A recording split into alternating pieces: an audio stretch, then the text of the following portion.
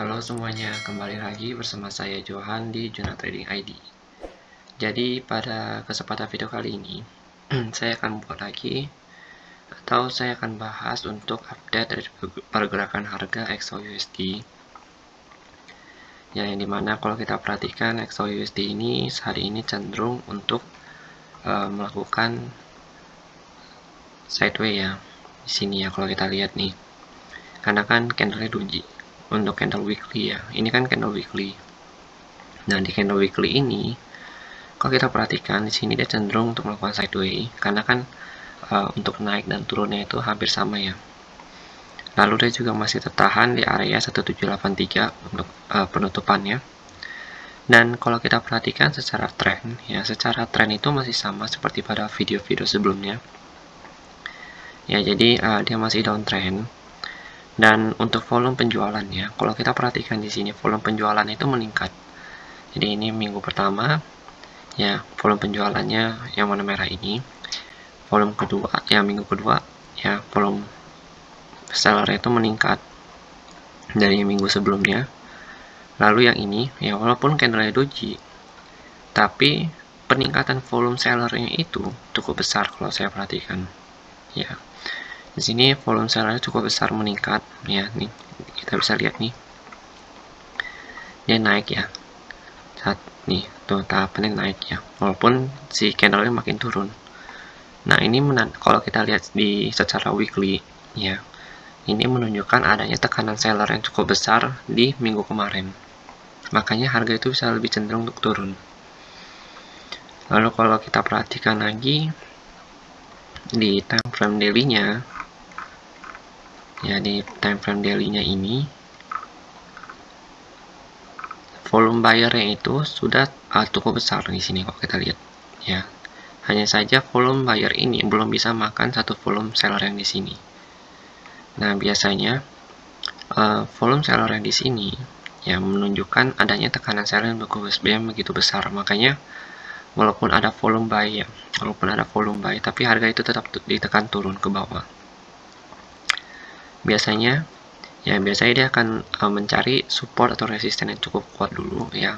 Baru di sana si buyer ini akan melawan kembali. Oke, kita lihat lagi secara teknikalnya. Ya, kan kalau minggu kemarin saya ada share ya, kalau misalkan di hari Jumat itu seharusnya naik, karena kan dia sudah berada di level support yang cukup kuat, yaitu di 1760 sampai dengan 1768. Oke, di sini kita lihat, kita perbesar dulu. Oke, untuk volume kita hilangin dulu ya. Untuk volume kita hilangin dulu. Di sini kita perhatikan. Nah, di sini di XAUUSD ini ya, dia tuh cenderung tertahan di area 1760 sampai dengan 1768. Dan kalau kita perhatikan ya, mulai dari tanggal 18 Oktober, lalu di sini ada tanggal 3 November ya, dan yang ini 2 Desember. Jadi udah 3 bulan ini XAUUSD ini pergerakan itu tertahan di area 1760 sampai dengan 1768. Dan kalau kita lihat lagi di sini ya, ini kan kemarin saya ada gambar pola ya untuk video kemarin ya. Nah, untuk gambar pola yang ini, kalau misalkan kita satukan dengan di sini polanya ya. Nah, ini tuh hampir sama sebenarnya polanya mereka. Tingginya, turunnya ya kan, rendah-rendahnya itu hampir sama semua.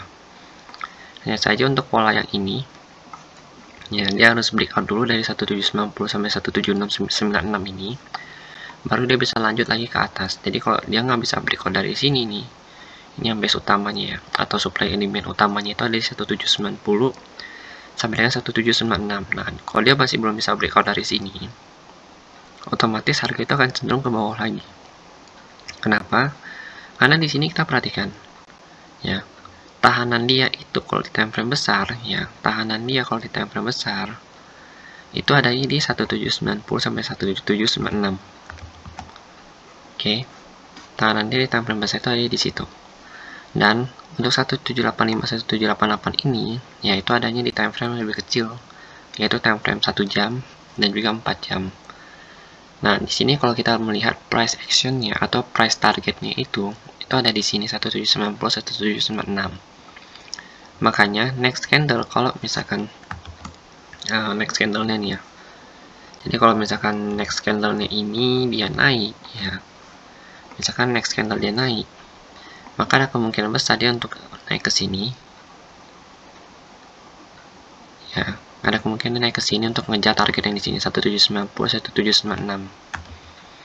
Karena kalau kita perhatikan memang secara pola itu sama antara yang ini dengan yang ini.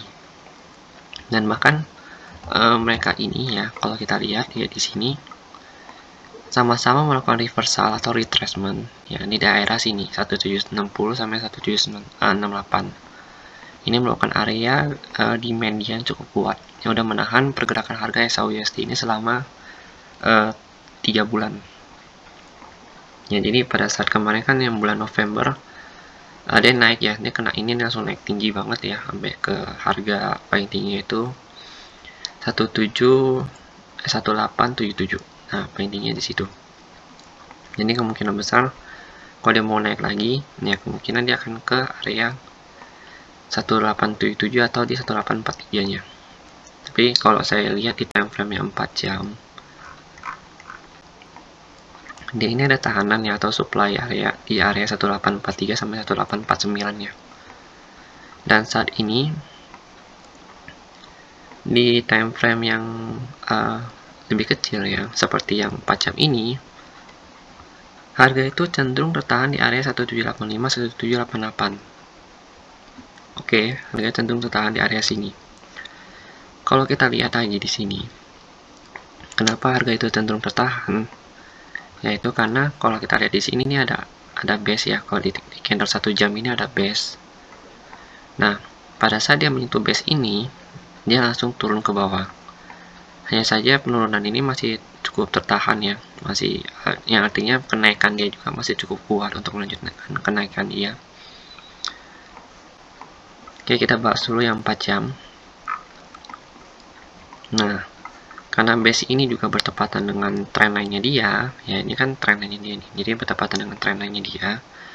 Kemungkinan besar kalau misalkan dia mau naik, dia akan ambil di sini dulu, ya. Dia akan ambil di sini dulu. Lalu kemungkinan dia akan sideways. Kalau saya perhatikan, dia akan sideways pelan-pelan untuk menembus si area demand ini, supply ini, dan juga kan supply-nya juga bertepatan dengan area trendline-nya dia.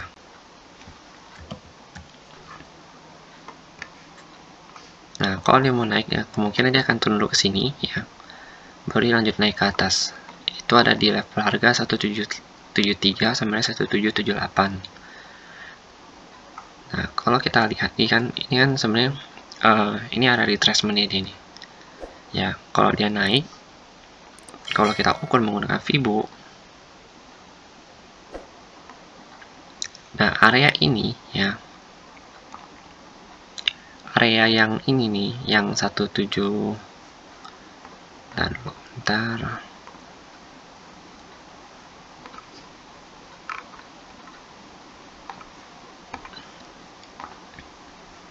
nah area Fibo yang ini, yang 1773 sampai 1778, kalau kita ukur dari kenaikan dia saat ini ya, dari bawah sini nih sampai sini, ini merupakan area retracement dia. Ya, kenapa? Karena dia berada tepat di area 50 ya, sama 60-nya dia. Dan bahkan lebih tepatnya lagi itu berada di area 50 Fibonacci. Jadi kalau untuk lebih jelasnya itu ada di level harga 1774 untuk area retracement-nya dia. Jadi masih berada di dalam base yang kuning ini. Makanya kalau dia mau lanjut naik, maka kemungkinan dia akan koreksi dulu ke sini. Ya, koreksi dulu ke area Fibo-nya, retracement, baru dia lanjut naik ke atas. Nah, untuk take profit atau untuk kita lihat kenaikan dia itu, kita bisa menggunakan Fibo juga ya. Kita setting di sini trading view. Nah, kita setting Fibo-nya dulu di trading view.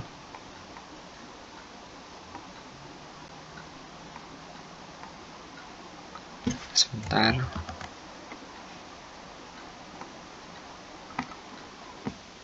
Ya, di sini kita pencet reverse. Ya, ini sih ada reverse ya.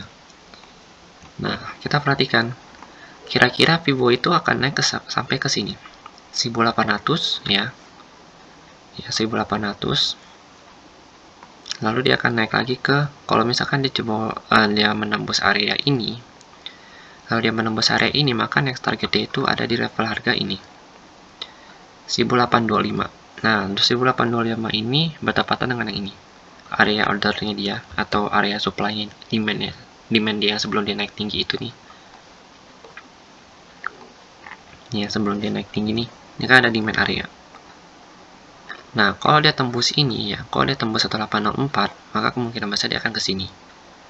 Ke level harga 1825. Ya, kita bisa tandain di sini. Kita tandain dulu ya.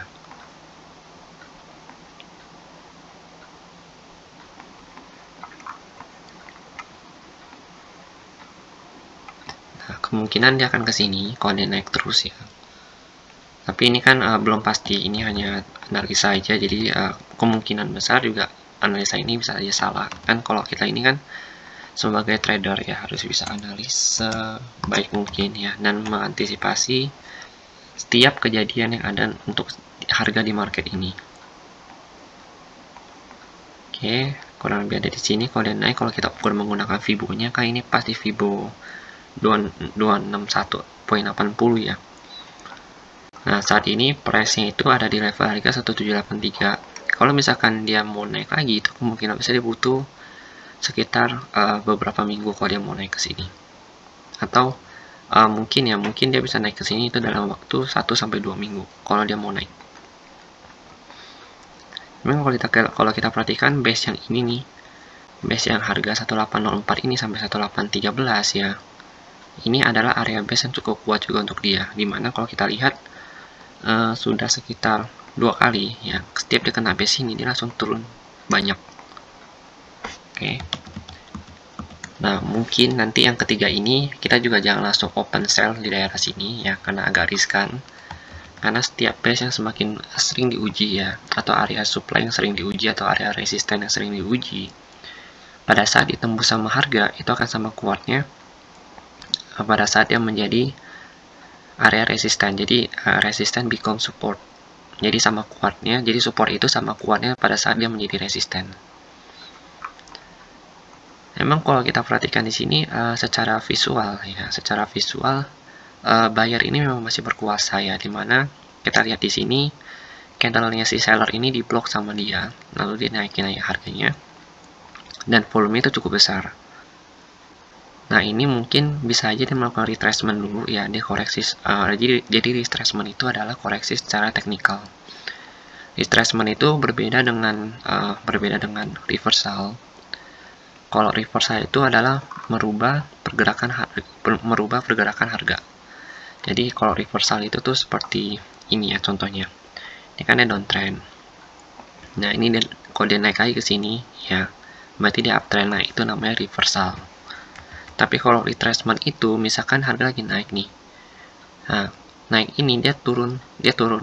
Tapi dia turun cuma setengah doang, atau cuma 30% dari kenaikannya dia. Jadi lanjut naik lagi.